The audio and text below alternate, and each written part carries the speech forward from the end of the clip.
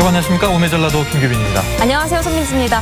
오늘 정말 오랜만에 비가 그치고 맑고 파란 하늘 보면서 진짜 제대로 봄을 만끽했던 하루였던 것 같습니다. 네, 그래서 저희가 지금 이맘때 가면 정말 예쁜 곳을 또 화면에 담아왔습니다. 바로 나주로 가는데요. 나주 배밭에 배꽃이 저 화면에 담아왔습니다. 정말 어마어마합니다. 너무 예쁘죠, 지금? 화면을 함께 보시죠. 와! 야.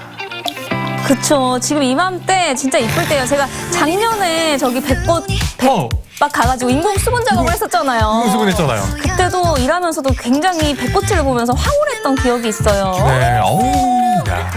너무 예쁘네요. 딱 이맘때 가장 예쁠 때예요. 네. 네. 벚꽃 못지 않아요, 진짜. 그럼요. 벚꽃도. 유채꽃이 또 활짝 피어 있는 아유. 이 영산강 변쪽이겠죠? 예, 아유, 기가 막히게 또 찍으셨네. 여기까지. 박노현 카메라 감독께서 네, 심혈을 기울여서. 벌까지. 너무 예쁘네요, 근데. 야, 정말 딱 물감으로 하얀색으로만 쫙, 네. 노란색으로만 쫙. 이야. 진짜 이 봄에만 누릴 수 있는 거 아니겠습니까? 그러니까요. 그리고 거기다가 정말 이 그냥 하는 얘기가 아니라 화면에서 향기가 나올 것 같습니다. 나는 것 같아요, 지금. 봄향이 나올 것 같아요. 네, 이어서 우리 지역 코로나19 현황 한번 살펴보도록 하겠습니다. 광주에서는 어제 확진자가 한 명도 나오지 않은 가운데 순천에서는 어제 오늘 12명의 확진자가 쏟아져 발생했습니다. 이들 모두 한 외과병원과 의료기기 판매점을 방문한 것으로 드러났는데요. 현재는 해당 건물을 폐쇄한 상태고요. 또 접촉자 역학 조사 중이라고 합니다. 네, 순천은 그래서 거리 두기를 2단계로 격상을 시켰고요. 밤 10시 이후에는 카페나 식당에서는 이제 포장 이렇게 배달 이거밖에 되지가 않습니다. 종교 모임도 20% 이내 참석만 가능하다고 합니다. 항상 걱정하는 겁니다. 조용히 있다가 어딘가에서 집단으로 발병을 할지 모르니까 확진이 될지 모르니까 우리도 많이 조심해야 될 것 같습니다. 맞습니다. 또 우리랑 가까운 지역이기 때문에 그렇죠. 이럴 때는 좀 타 지역 방문을 웬만하면 자제해 주시면 좋을 것 같고요. 네. 또 가시더라도 마스크 꼭 착용해 주시고 방역 수칙 잘 지켜주시기 바랍니다. 네. 오늘도 여러분의 문자 참여 받아보겠습니다. 샵 1616 100원의 유료 문자로 오메전라도 함께 하시면서 여러분의 시청 소감 또 재밌는 사연 보내주시면 저희가 추첨을 통해서 선물 보내드리도록 하겠습니다. 네. 자, 주말 동안 비가 촉촉하게 내렸고요. 또 오늘은 4월 5일 식목일입니다. 요즘 같은 날이 정말 나무 심기도 좋고 또 나무가 잘 자랄 수 있는 최적의 환경이 아닐까 싶은데요. 나무 시장에 박지돈 리포터가 그래도 나가 있다고 그래요. 나무 구하러 갔다는데 불러볼까요? 박지돈 리포터 나와주세요. 네, 오메전라도의 뿌리 깊은 나무 박지선입니다. 자, 여러분 오늘 빨간 날이 아니라고 잊으신 거 아니죠? 4월 5일 식목일입니다. 자, 식목일하면 나무 한 그루 심었던 그 기억이 새록새록 나는데 아직도 그 기억 잊지 않으시고 또 나무 심기에 동참해 주시는 분들이 많을 것 같아서 저는 지금 나무 시장으로 찾아왔는데요. 자, 수많은 묘목들이 저를 맞이해 줍니다. 와, 여기 보시면 정말 달콤하게 먹을 수 있는 이 샤인머스켓 이 묘목부터 해서 수많은 조경수와 이 유실수들을 만나볼 수가 있는데 어머, 이 묘목인데도 불구하고 벌써부터 이렇게 꽃핀 나무들도 살펴볼 수가 있어요. 자, 곳곳에 시민분들도 보시는데 관계자분 만나서 이야기 잠시 들어보도록 하겠습니다. 안녕하세요. 안녕하세요. 반갑습니다. 야, 오늘은 4월 5일 식목일인 만큼 많은 분들이 와주셨을 것 같아요. 예, 맞습니다. 오늘 식목 행사를 위해서 많은 사람들이 찾아주셨습니다. 사실은 오늘보다는 주말에 더 많이들 왔었습니다. 미리 진짜 오늘 심기 위해서 주말에 그렇습니다. 이렇게 미리미리 와주신 분들도 많으시군요. 자, 여기 수많은 묘목들이 있는데 어떤 게 가장 인기가 좋아요? 요즘 유실수들이 인기가 좋습니다. 예를 들면 감나무나 사과나무, 무화과나무, 특히 포도나무 이런 것들도 많이 인기가 있습니다. 그런데 특히 감나무는 금년에 너무 많은 사람들이 찾아가지고 일찍 전국적으로 동이 났습니다. 감나무가 그렇게 인기가 좋아요? 갑자기 인기가 좋다니까 저도 탐이 나는데 여기 보니까 작은 묘목부터 막 크게 또 이렇게 또 자라난 나무들도 있어요. 그것들 중에서도 또 인기가 갈리나요? 예, 그렇습니다. 아마 얼마 전까지만 해도 어린 묘목을 많이 찾았는데요. 최근 들어서 큰 나무들을 많이 찾고 있습니다. 어머, 왜요? 아마 그 관리하기가 쉽고요. 그다음에 빨리 열매를 따먹을 수가 있어서 그런 것 같습니다. 그렇죠. 이제 어린 묘목을 이렇게 심게 되면 기다림의 시간이 필요하니까 우선 큰 걸 데리고 가서 빠르게 좀 이렇게 꽃도 보고 과일도 따먹고 그렇게 하고 싶으신 거구나. 보니까 많은 분들이 찾아주시는데 지금 이곳만의 특별한 점이 있다면 뭐가 있을까요? 저희 산림조합은 전국적인 공급망을 가지고 있습니다. 그래서 시중보다 한 10% 정도는 저렴하게 이렇게 묘목을 구입을 할 수가 있습니다. 야, 종류도 다양한데 또 할인까지 하니까 그래서 더 찾아주시는 거군요. 자, 언제 열리고 나무시장 언제까지 이렇게 활성화되어 있는지 소개 좀 해주세요. 저희 나무시장 이제 연중 보통은 하는데요. 아마 이렇게 집중적인 그 나무시장은 아마 다다음 주 정도면 끝나지 않을까 싶습니다. 날씨가 더워져서 예년보다는 빨리 이렇게 나무 심는 시기가 끝나지 않을까 저희가 이렇게 예상을 하고 있습니다. 아, 또 시기가 있는지라 그 시기에 맞춰 다다음 주까지 활성화된다고 하니까 여러분들 빨리 와주셔야 될 것 같아요. 자, 지금 이렇게 막 이곳으로 와주신 시청자분들을 위해 한마디 해주시자면요. 예, 우리 옛날 조상들은 사실 집안에 좋은 일이 있었는데 기념하기 위해서 많은 나무들을 심었습니다. 앞으로 우리 미래를 위해서는 우리도 나무를 심어야 되지 않을까 싶습니다. 그리고 내일보다는 오늘 나무를 심는 게 더 좋은 나무를 갖고 있는데 도움이 되지 않을까 싶습니다. 맞습니다. 나무 심는 거 미루지 마시고 오늘 바로바로 우리 실천하도록 해요. 인터뷰 너무 감사드립니다. 네, 감사합니다. 자, 저도 나무 시장에 온 만큼 어떤 나무들이 있는지 좀 살펴보고 좀 골라봐야 될 것 같아요. 종류가 정말 다양해요. 미니 사과, 벚나무, 왕벚나무, 은행나무, 살구, 석류, 우야, 소나무, 능수화. 정말 이름 나열하기도 어려울 정도로 수만 가지의 종류가 있고 뭐 생각보다 가격들이 저렴한 것 같아요. 조금 이렇게 화면으로 만나보세요. 자, 지금 열심히 또 나무 고르고 계시는 시민분이 계시는데 만나서 이야기 들어볼게요. 안녕하세요. 네, 안녕하세요. 아주 신중하게 고르시네요. 어디에서 오셨을까요? 네, 나주에서 왔습니다. 나주요? 네. 나주 여기 광주인데 나주에도 나무 살 때 많잖아요. 네, 인터넷을 검색해 보니까 이 산림조합 중앙에서 판매하는 것이 종류도 다양하고 아주 나무가 잘 클 것 같아서 이렇게 왔어요. 아, 종류가 다양해서 고르기에 오셨구나. 그래서 뭐 어떤 나무들을 좀 보고 계세요? 이제 우리 자녀들한테 함께 이렇게 키워보고 싶어서요. 뭐 자두나무도 있고 또 포도나무도 있고 비파나무도 있고 아주 많네요. 아. 어떤 것을 사야 할지 모르겠어요. 아, 어떤 걸 사야 될지 지금 많이 고민이 되시는구나. 네. 자, 이 나무 사가시면은 누구와 함께 이렇게 또 심으실 건가요? 어디에 심으실 거예요? 네, 우리 애들하고 이제 조그만 밭이 있는데 거기다가 이렇게 심고 함께 과일도 따먹고 싶고 그렇습니다. 아, 네. 그래서 오셨구나. 오늘 식목일인 건 알고 계셨죠? 혹시 네. 그것 때문에 오셨을까요? 네, 식목일은 꼭 그것은 아닌데요. 이렇게 오다 보니까 오늘 또 식목일이네요. 아. 네, 이렇게 사게 돼서 이렇게 만나게 돼서 또 반가운 것 같아요. 아, 네. 때마침 왔는데 식목일이었다. 예. 뭐 이런들 저런들 어떠하리. 예. 식목일에 나무만 심으면 되는 거 아니겠어요? 네. 자, 아이들이 아빠와 함께 나무 심는 날을 기다릴 것 같아요. 자, 기다리고 있을 우리 아이들을 위해 한마디 해주시자면요. 네, 우리 사랑하는 아이들하고 이 나무가 아주 잘 자라고 열꽃처럼 아주 밝고 이쁘게 컸으면 좋겠습니다. 아이들 너무 행복하겠다. 인터뷰 감사합니다. 예쁜 네. 나무 심으시고 과일 열심히 좀 잘 맺길 바랄게요. 네.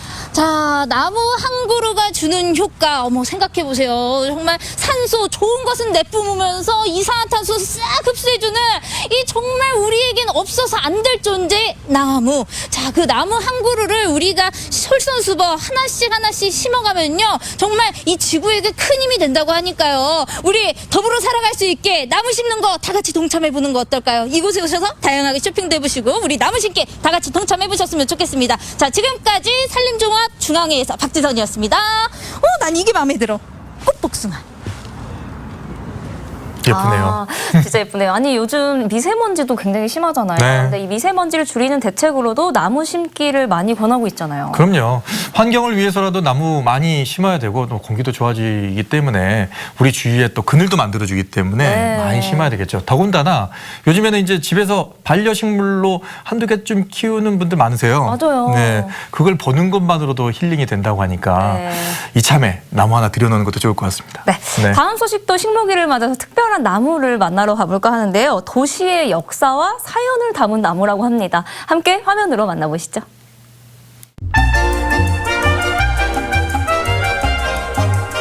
브랜드 퀴즈! 시청자 여러분에게 돌발 퀴즈 하나 내드리도록 하겠습니다. 문제 나갑니다. 1982년 기념일로 지정된 날은 무슨 날일까요? 잘 모르시겠죠? 하지만 힌트를 드리면 다들 아실 거예요. 4월 5일. 4월 5일은 바로 그렇습니다. 식목일입니다. 식목일은 나무 심는 날이고 그날은 특히나 나무에 대한 관심을 많이 가지는 하루가 아닌가 싶은데요. 대구에는요, 역사적인 사건, 역사적인 인물, 게다가 스토리텔링이 가득한 나무들이 굉장히 많습니다. 여러분과 오늘 그 나무 이야기 한번 나눠볼까요?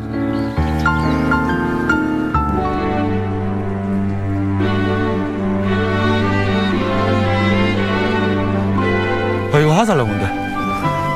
쌤 어디 계신 거지?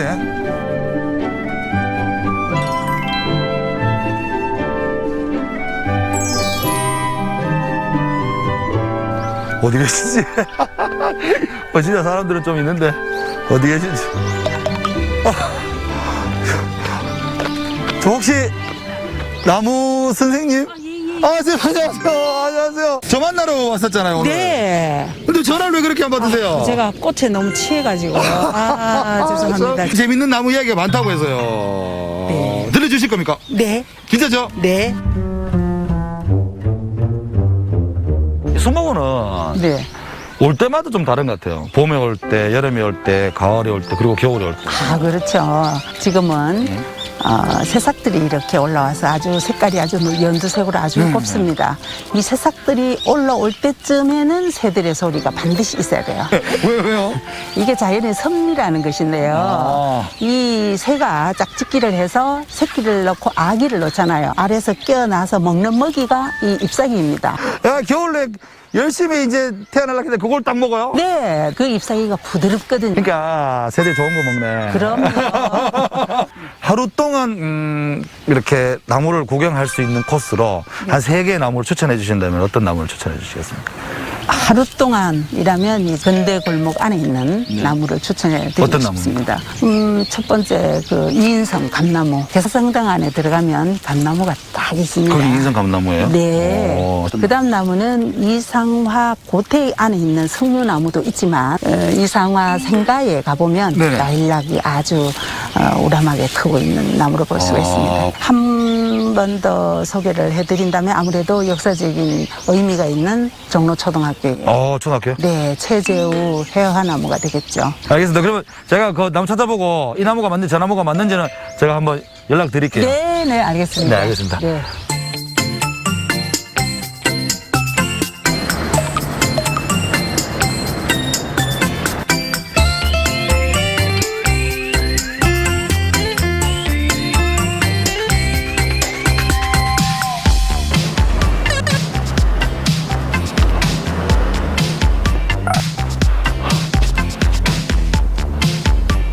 선생님, 혹시 이 나무입니까?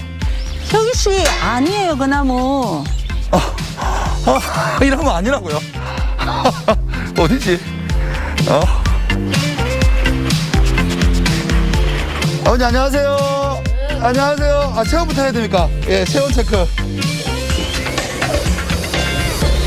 최재우 나무라는 게 어디 있습니까, 여기에? 예, 본관 앞에 큰 나무 보이죠? 네네네. 네, 저 나무에 저기 큰 거. 네. 본관 앞에 거기 가시면 됩니다. 야, 감사합니다, 아버님. 감사합니다. 수고하십시오.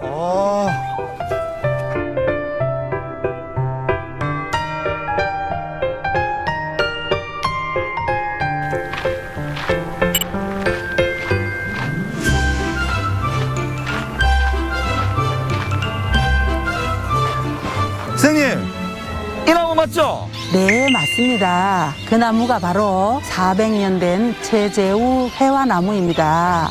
아주 웅장하죠? 예! 평등 사상을 주창했던 최재우가 경상 감영 감옥에 갇혀 있을 때 이 나무가 눈물을 흘렸다고 합니다. 사랑이 왜 이리 고된가요? 이게 맞는가요? 나만 이런가요? 고운 얼굴 한 번 못 보고서 이리 보낼 수 없는데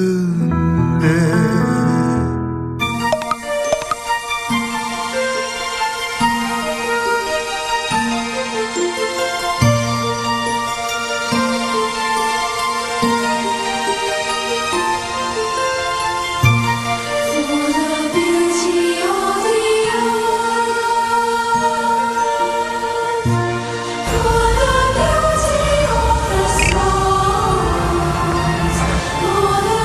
이인성 화백의 그림 중에 이런 느낌의 그림이 있었거든요. 선생님, 이 나무 맞죠? 현씨 그 나무 아니에요. 다시 찾아보세요. 아참, 그래 분명히 감나무라고 했습니다. 감나무를 찾으면 돼.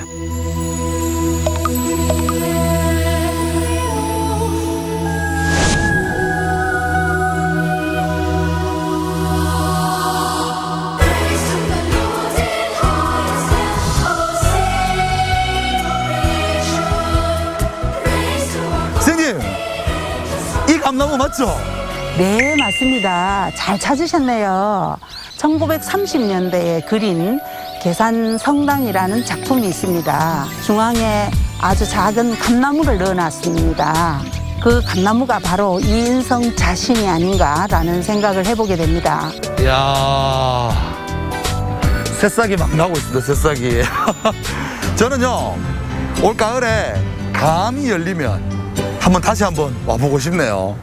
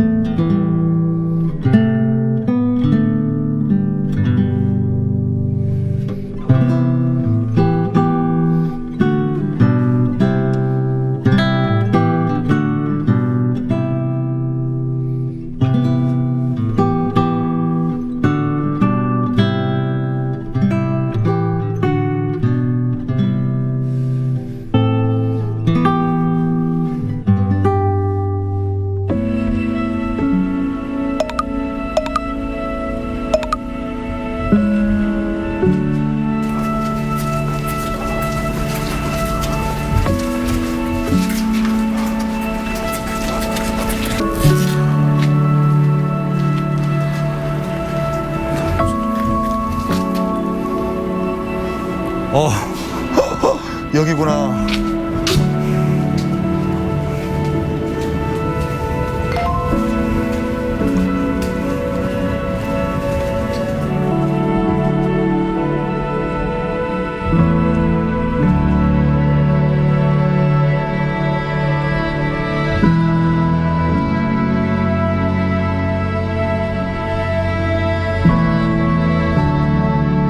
(200년) 된 라일락나무, 수수꽃다리 나무라고 하는데요. 소년 이상화가 아마 예술의 혼을 자극을 받았던 그 나무가 아닌가 생각이 들면서도 한편으로는 몸통을 보시면요, 이렇게 비틀어져서 이렇게 성장을 하고 있습니다. 그래서 보니까 이상화 시인의 저항을 그대로 나타낸 것 같지 않나, 그런 생각이 들 정도로 시인 이상화랑 너무 많이 닮았네요.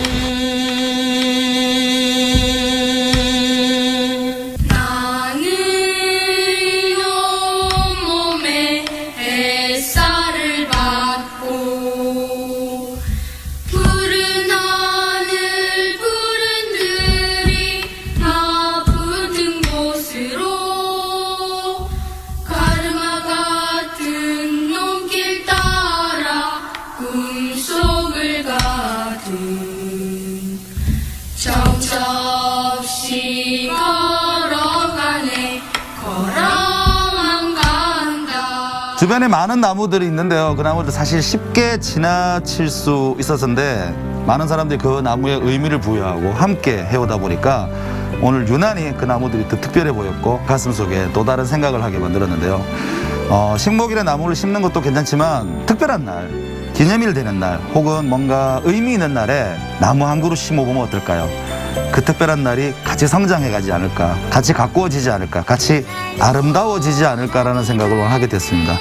여러분의 생각은 어떻습니까?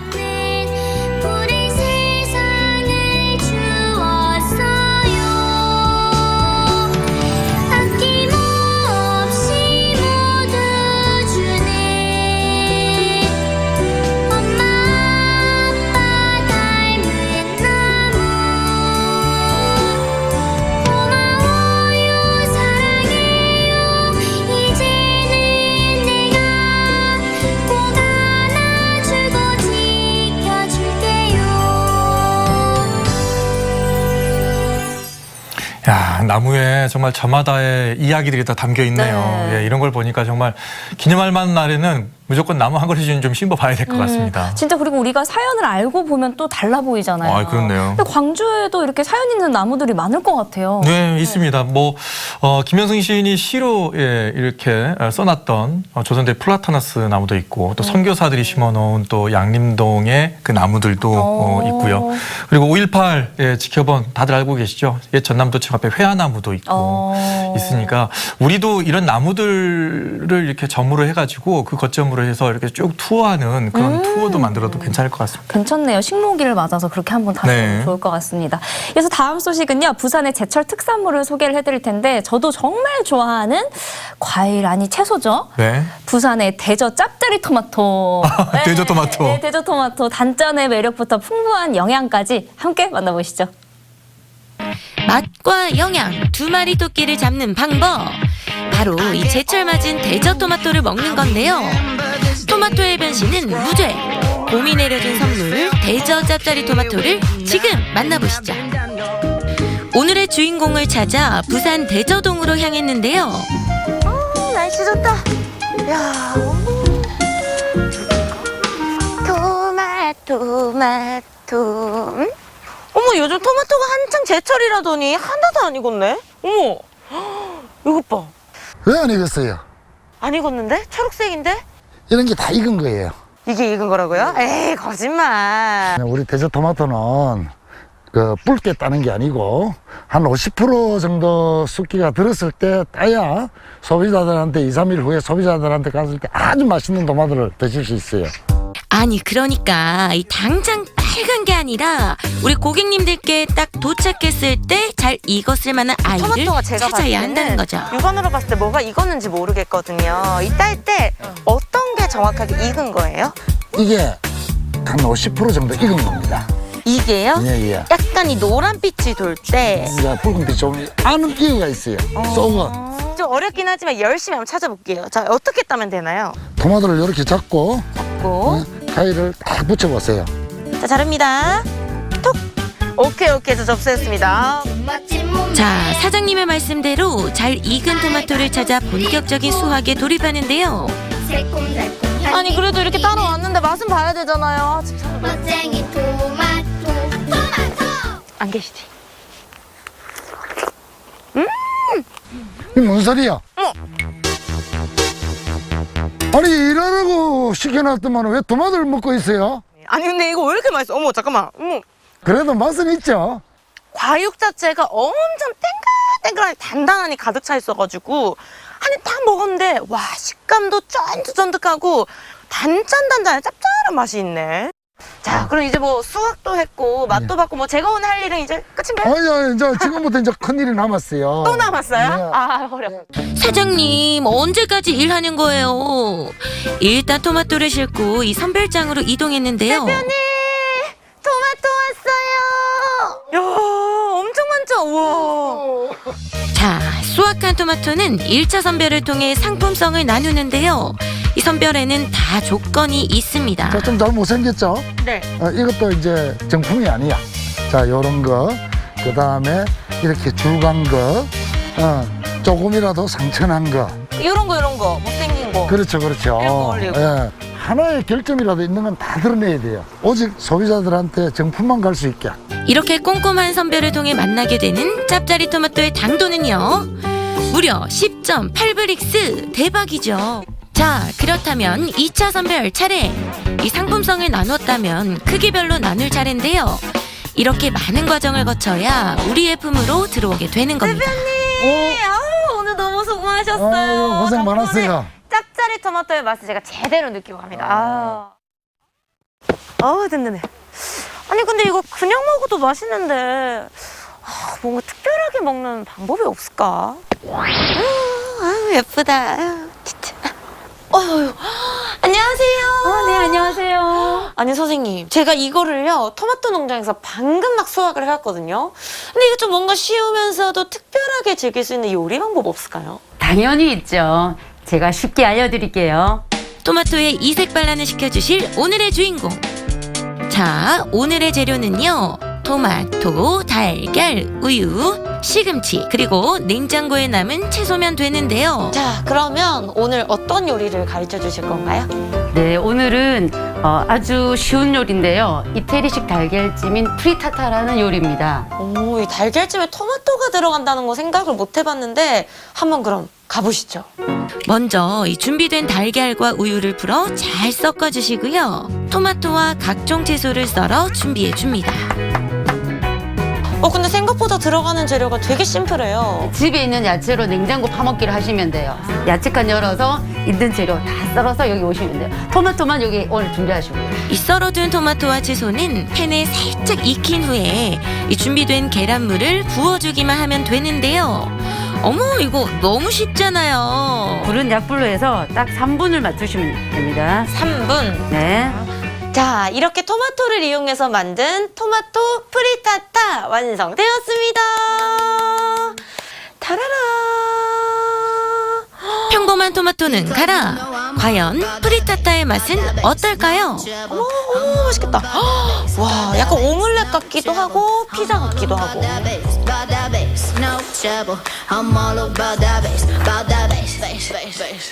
일단은 여러분들 박수 한번 칩시다. 야.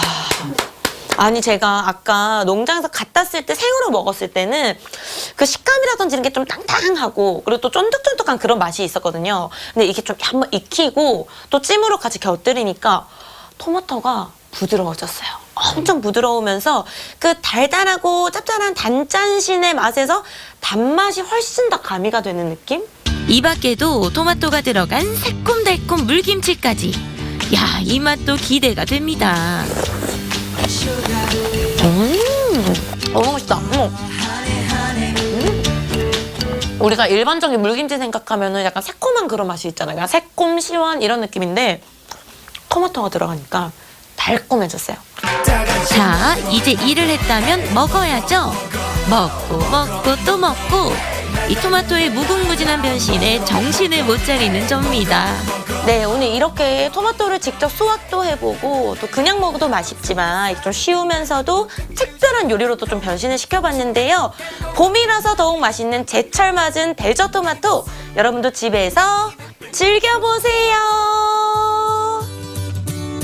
제철이라 더 맛있고 건강해서 더욱 기분 좋은 대저 짭짜리 토마토. 여러분들도 이 집에서 쉽고 간편하게 또 맛있게 즐겨보세요.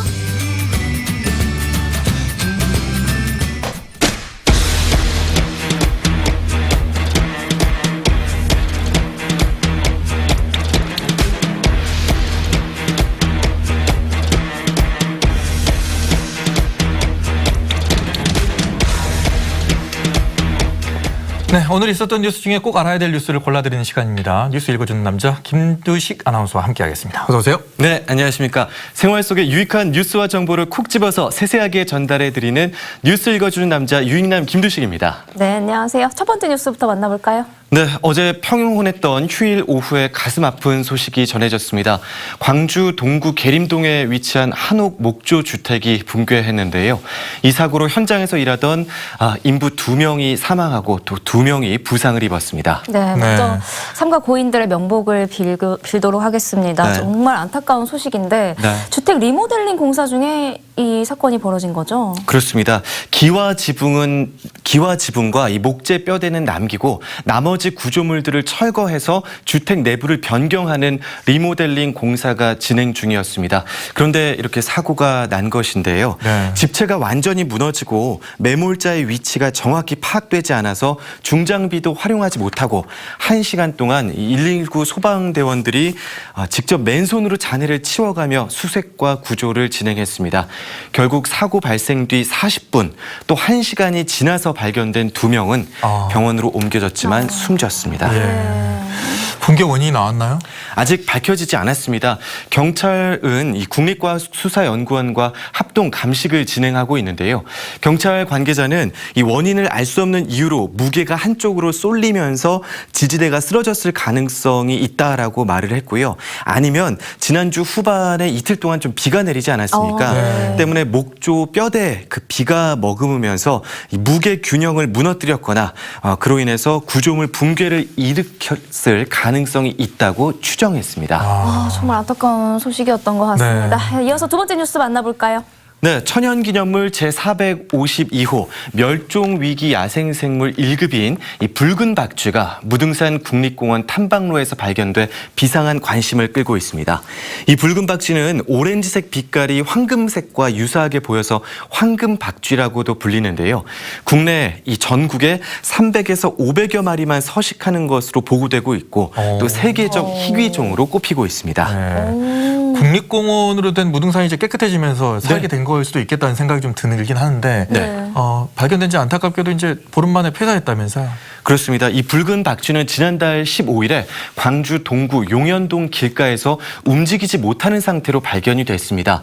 대부분의 박쥐들이요 11월부터 4월까지 겨울잠을 자는데 이 겨울잠을 충분히 자지 못하고 도중에 깨면 기력이 매우 쇠약해서 다치기 쉽다고 합니다.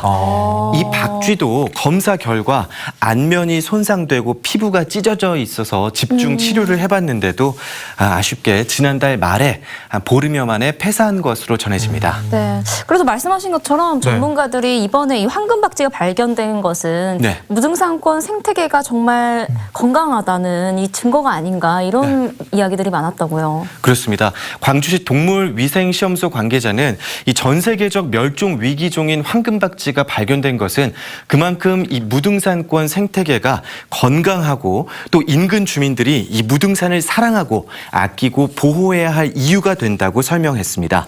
더불어 안타깝게 폐사한 이 붉은 박쥐는 국립공원 연구원에 제공해 멸종 위기종 연구에 활용하겠다고 말했습니다. 가끔 이제 무등산 이렇게 등산하는데 혼자 걸을 때가 있어요. 그러면 조용히 걷다 보면 바스락거리는 소리가 들려요. 그렇죠. 뭔가 있구나 저기. 뭐 그런 수달이나 뭐 이런 게 있을 수도 있고요. 자, 마지막 뉴스는요? 네, 기아 타이거즈가 어제 잠실구장에서 열린 두산 베어스와의 2021 개막전에서 아쉽게 1대4로 역전패했습니다. 지난 토요일 비로 경기를 치르지 못했던 기아는 브룩스를 첫 경기에 투입했지만 타선의 집중력이 떨어지면서 승리를 놓쳤습니다. 네, 정말 이 경기 초반에 타선 기회를 살리지 못한 게 좀 아쉽다는 평들이 많은 것 같아요. 네, 맞습니다. 1, 2회 때 터커의 좌익수 플라이, 또 최영후, 류지혁의 병살타가 이어지면서 득점 기회를 번번이 놓쳤습니다. 그러다가 6회부터 매 이닝마다 이제 주자가 출루를 해서 기회가 있었는데요. 후속타가 나오지 않으면서 득점으로 이어지지 못했습니다.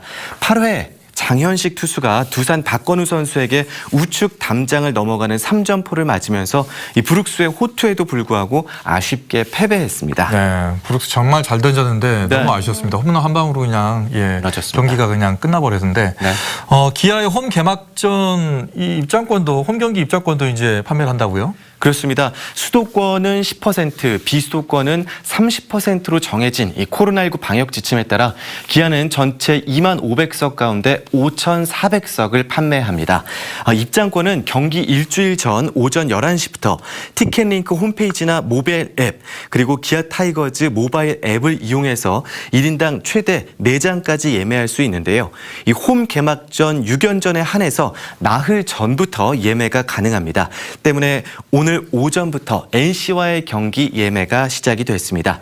모든 구역별 입장 요금은 지난해와 같으니까요. 올해 기아 타이거즈 경기도 팬들의 많은 응원과 사랑이 필요해 보입니다. 네, 기아 타이거즈 자세한 소식들은 이어서 김여울 스포츠 전문 기자에게 또 들어보도록 하겠습니다.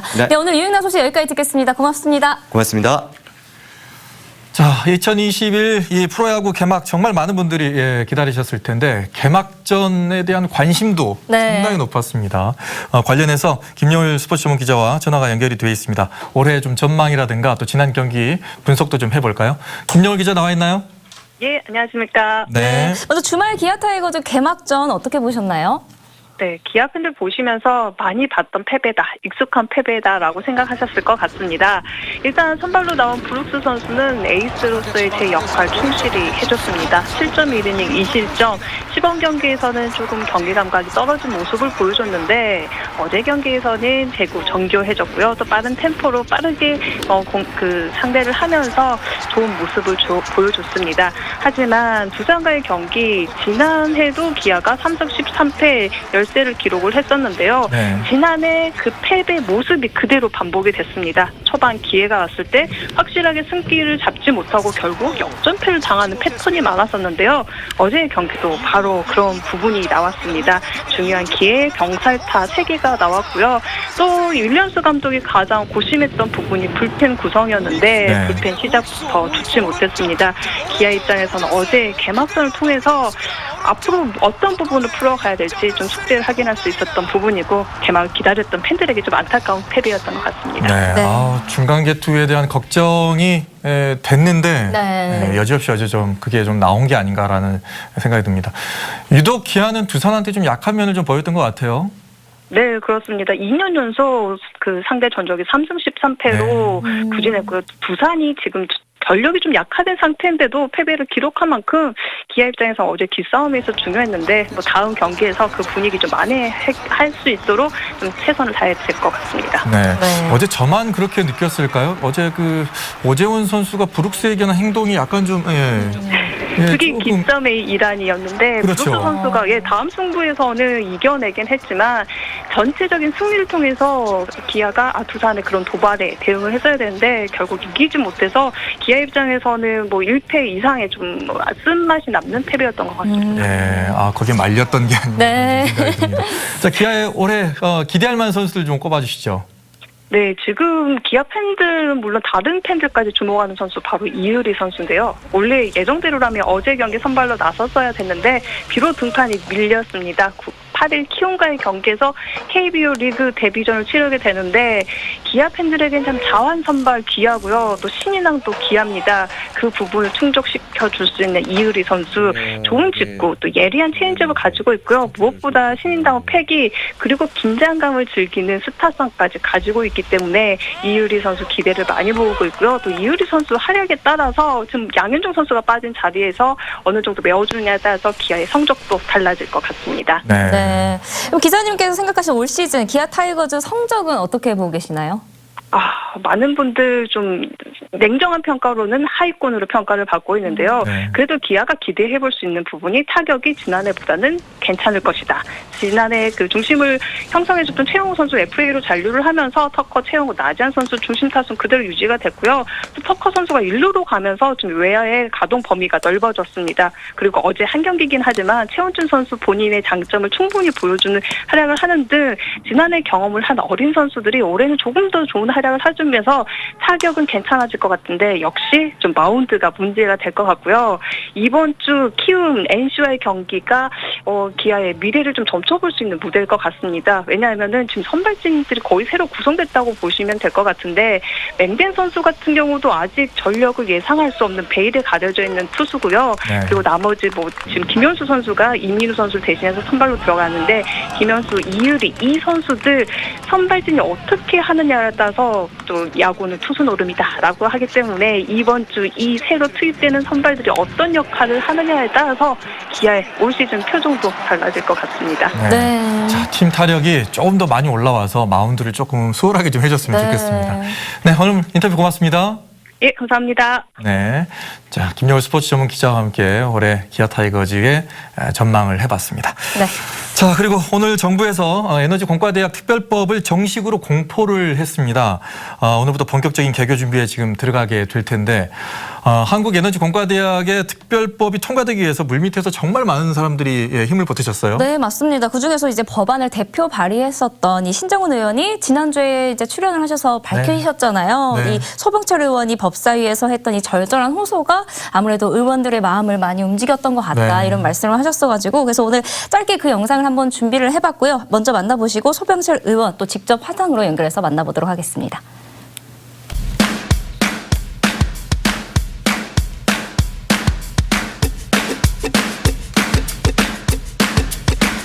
이런 법이 어디가 있어요? 이거 받아들일 수 있겠어요? 아니 100명짜리 지금 하겠다고 하는데 600명, 700명 있는 데는 아무 말 안 하고 좀 삽시다. 살아 전라도 사람도. 민주당은 전혀 아랑곳하지 않고 특정 기업의 부동산 특혜 의혹이 있는 한국에너지공과대학교 법을 어제 법사위. 네, 장관님. 전남 순천 광양 곡성 고래갑 지역구 국회의원입니다. 제가 지역구를 굳이 말씀드린 이유가 있습니다. 우니스트나 디지스트나 다 이와 같은 전례를 밟았지 않습니까?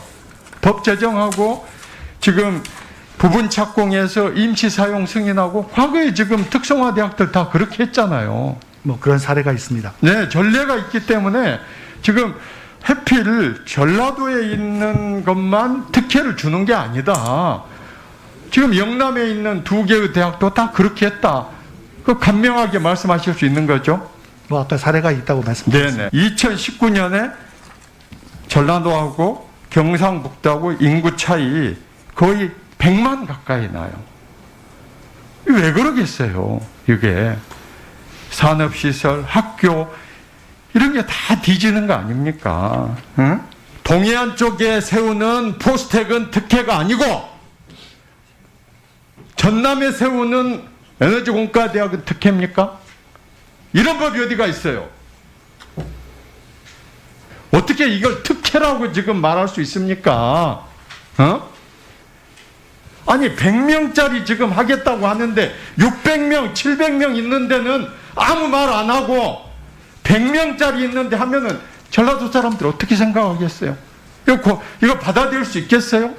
이번에 방사관 가습기 좀 유치하려고 몸부림 쳤어요. 안 됐잖아요. 왜 몸부림 칩니까? 전남은 지금 살 길이 막막해요. 전라도에 뭐가 지금 제대로 된 산업시설이 몇 개나 있습니까? 응? 아니 지금 새로운 신산업을 위해서 인재를 육성해가지고 아니 전남 사람들도 좀 살아야죠. 맨날 우리는 농사 짓고 고기 잡고 그렇게 살아야 됩니까? 청정지역이다 이렇게 만족하면서 그렇게 살아야 됩니까? 전라도에 지역구에 있는 의원이나 주민들은 속이 터져요. 지금 전남의 지역구 의원인 지금 전남 도민들은 속이 터져버릴 지경이에요. 좀 삽시다 살아 전라도 사람도.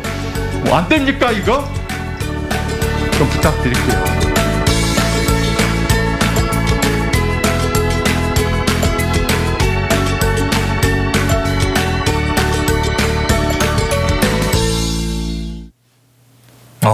뭐 울분을 토하시면서 네. 네, 말씀하시고 또 절절하게 우리에게는 또 느껴지네요. 맞아요. 아 정말 이렇게까지 애를 쓰셨구나라는 생각이 드는데 저 화면이 없었으면 네. 그냥 통과된 줄 알 뻔했습니다. 맞아요. 예, 화상으로 연결이 되어 있는데요. 소병철 의원 직접 얘기를 나눠보고 그때 얘기를 좀 나눠보도록 하죠.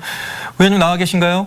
네, 안녕하십니까. 예. 네, 안녕하세요. MBC 오메 전라도 시청자 여러분 반갑습니다. 네, 의원님 저희가 지금 화면으로도 만나봤는데요. 이 의원님의 법사위에서의 호소가 이 한국에너지공과대학 특별법 통과에 결정적인 역할을 했다 이렇게 화제가 되고 있습니다. 알고 계신가요? 감사합니다. 네, 언론에서 많은 분들이 말씀해 주시고 우리 김영로 기사님께서 가는 곳마다 그렇게 말씀을 해 주셔서 듣고 있었습니다. 네. 아 정말 뭐 이게 될 수 있을까? 이런 이제 불안감마저 있었던 그 마지막에 이게 지금 통과가 돼서 이제 개교 준비가 이제 시작이 되는데요. 아 정말 소감이 남다르실 것 같습니다. 네, 그렇습니다. 이제 우리 지역 언론에서 사이다 샤우팅이라고 표현을 해주셨던데요. 사실 국회는 하루하루 일정 예측이 쉽지 않습니다. 지금도 보궐선거 때문에 국회가 지금 열리지 못하고 있지 않습니까? 네. 지난번에 우리 에너지공과대학법이 그때 보류돼 버리면은 이게 언제 통과될지 알 수가 없습니다. 그래서 그날 밤 늦게 거의 11시 전후 돼서 통과가 됐던 걸로 기억이 나는데요. 그렇기 때문에 필사적으로 법을 통과시키기 위해서 야당 의원 몇 분과 제가 경론을 벌였었죠. 그래서 우리 전남 도민들 입장에서는 이 법이 어떤 특혜나 이런 게 아니라 우리의 미래 생존을 위한 법이었기 때문에 제가 조목조목 반박한 부분에 대해서 도민들께서 공감하셨던 걸로 압니다. 네. 그럼 의원님께서는 그런 이유들 때문에 이 한국에너지공대 설립에 대해서 좀 이렇게 강력하게 밀어붙인 이유가 거기에 있을까요? 네네. 이제 앞서 그 영상에 나온 것처럼 야당에서는 계속 특혜라는 프레임을 씌웠습니다. 그러나 얼핏 들어보면 특혜처럼 보이는 그런 주장입니다. 조목조목 따져보면은 이건 결코 특혜가 아니고 통과를 안 시키려고 반대하는 것은 반대를 위한 반대라는 점을 이번에 법사위에서 제가 조목조목 말씀을 드렸던 겁니다. 네. 전남 지역에는 잘 아시는 것처럼 산업시설이 지금 몇 개 없지 않습니까? 네. 제가 그 법안 그 통과 과정에서 예를 들었던 인구수, 해방 직후에 전남 인구와 경북의 인구수가 16만 밖에 차이가 안 났는데 지금 거의 뭐 100만에 가깝게 차이가 나는 그것만 봐도 단적으로 저희 지역이 낙후돼 있다는 것을 알 수가 있죠. 네. 뭐냐? 결국은 일자리 아니겠습니까? 산업시설이 없고 그리고 젊은 인재들을 배출하는 학교가 저쪽 지역보다 낙후돼 있기 때문에 제가 말씀드린 것은 결코 지역 감정을 내세우는 것은 전혀 아니었습니다. 상대적인 불평등. 지금 야당도 주장하는 게 지역 균형 발전이지 않습니까? 네. 그런데 우리 전남 지역은 지역 균형 발전에서 보면 낙후된 지역이 분명하기 때문에 이 에너지 공과 대학과 같은 미래 인재를 양성하는 시설이 반드시 필요한 거죠. 네. 조금 전에 영상에서도 봤습니다만은 방사관 가속기 얘기하시니까 작년 생각이 납니다. 지역민들도 너무 간절하게 원했고 또 우리 광주 MBC를 포함한 지역 언론들도 꼭 이쪽으로 유치가 됐으면 했는데 그때 안 됐거든요. 그때 너무너무 서운했었는데 이번에는 이제 특별법이 잘 통과돼서 천만다행이라는 생각이 듭니다. 이 외에도 지금 우리 전남과 지금 관련돼 있는 굵직굵직한 현안들이 좀 있죠. 네네. 금년에 참 뭐 우연의 일치인지 어쩐지 몰라도 이 광주 전남의 수건사업 법률들이 전부 법사위에서 격돌이 벌어졌어요. 잘 아시는 아시아 문화중심 그 육성특별법도 사실 야당에서 반대를 해서 법사위에서 이틀이나 경론을 벌였습니다. 이제 그 법도 법사위에서 제가 좀 앞장서서 그 주장을 하고 또 장외에서 우리 야당 의원님들 설득도 하고 그래서 법이 통과됐었습니다. 오늘 말씀드리고 있는 에너지 공과 대학 법률도 사실 산고를 치르면서 탄생이 됐지 않습니까? 네. 이제 남은 이제 과제가 여순특별법입니다. 그 법은 또 제가 대표 발의를 했었습니다. 그동안 4번이나 국회에 등장을 했지만 한 번도 심사조차 되지 않았습니다. 얼마 전에 우리 4.3 제주도에 여러 가지 그 의미를 부여하는 것을 보면서 저는 참 굉장히 부러운 마음이 솔직히 들었습니다. 왜 우리는 똑같은 73년인데 상처를 치유하지 못하고 있는가. 네. 그런데 이번에는 다행히 이 법안에 대해서 지금 사실상 타결이 됐고 절차만 남아있는 상태입니다. 네. 그리고 또 하나 우리 지역의 낙후된 의료를 저희가 좀 극복하기 위한 전남 동북권 의과대학 이 두 가지가 앞으로 남은 저희들의 주된 과제라고 할 수 있겠습니다. 네. 제주 4.3도 이제 사건이라는 것에서 항쟁으로 좀 제대로 인정을 받았잖아요. 네. 여순도 이제 사건이 아니라 항쟁이라는 어떤 그런 제대로 된 대우를 좀 받아야 되지 않을까 싶습니다. 네. 그럼 의원님 마지막으로 한국에너지공과대학 성공을 위해서 지역민들에게 한 말씀 부탁드립니다. 네.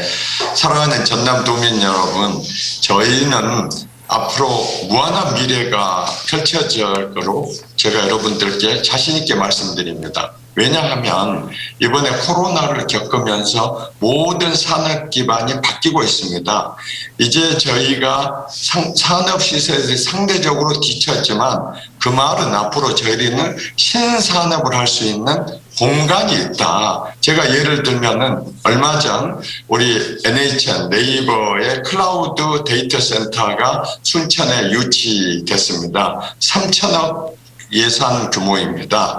앞으로 저희 전남 도민들은 창의력, 창의성 부분에 있어서는 다른 지역보다 훨씬 뛰어난 DNA를 갖고 있다고 저는 확신합니다. 네. 저희가 예항이라고 부르지 않습니까? 네. 그래서 도민 여러분들께서 자신감을 갖고 이제 우리 전남의 시대가 열린다, 이렇게 자긍심을 갖고 헤쳐나가시기를 부탁드립니다. 네. 네. 자, 앞으로도 굴뚝 없는 신산업으로 광주 전남을 좀 꽉꽉 채워주시길 바라겠습니다. 오늘 인터뷰 고맙습니다. 네, 저도 열심히 하겠습니다. 네, 고맙습니다. 네, 이어서 여러분이 보내주신 시청 소감 문자 한번 만나보도록 하겠습니다. 첫 번째 문자부터 만나볼까요? 네, 첫 번째 문자. 0676번 6살 된 쌍둥이들 식목일 맞아서 채송화를 심었어요. 꽃이 필 때까지 잘 키우면 유치원 선생님께서 작은 선물을 주신다고 했다면서 소중히 보살핀다고 하네요. 귀여워. 우리 잘 키워가지고 꽃송이 잘 맺어가지고 선물 꼭 받으셨으면 좋겠네요. 또 다음 문자 만나볼까요? 식목일 기념 주말 농장에 대파 7개를 심어놨는데 예쁘고 아까워서 못 먹고 집 앞 마트에서 대파 사서 먹고 있네. 5899번. 아니 저래도 되나요?